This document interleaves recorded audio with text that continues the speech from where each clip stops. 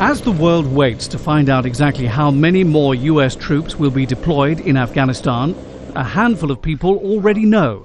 President Obama's given the order and begun the phased rollout of the plans by briefing senior defense officials and civilian advisors. The White House says the commander-in-chief will stress the US commitment to Afghanistan is not open-ended and will require more effort from Afghan forces too. We are there to partner with the Afghans, to train the Afghan National Security Forces, the Army and the police, so that they can provide security for their country and wage a battle against an unpopular insurgency in that country.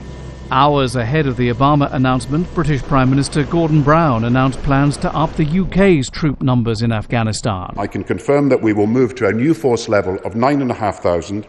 The extra troops will deploy in early December to thicken the UK troop presence in central Helmand. In Afghanistan itself, many people oppose any increase in foreign troop numbers. The situation in Afghanistan will not be solved by the military. We have to learn the lesson which the Russians learned.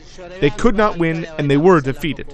If they increase troop numbers, they will bomb the houses of innocent people more. They will kill more innocent Muslims. They will search more houses. And this is going to be a bad disaster for the country. President Obama will spend a large part of his time before the speech briefing foreign leaders and members of Congress on his plans for Afghanistan. When the decision is finally handed down, a number of federal departments in Washington, D.C. will immediately leap into action.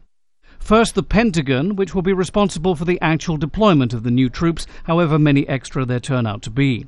But also the State Department, the hub for diplomatic relations between the United States and its partners in the Afghan conflict.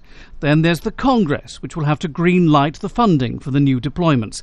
And last, the White House, which will be refining President Obama's speech right up to the moment he talks at West Point on Tuesday night. The President will outline the resources required for Afghanistan and the trade-offs necessary to pay for them.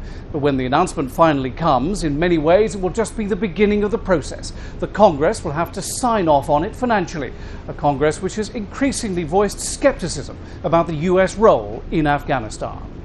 John Terrett, Al Jazeera, Washington.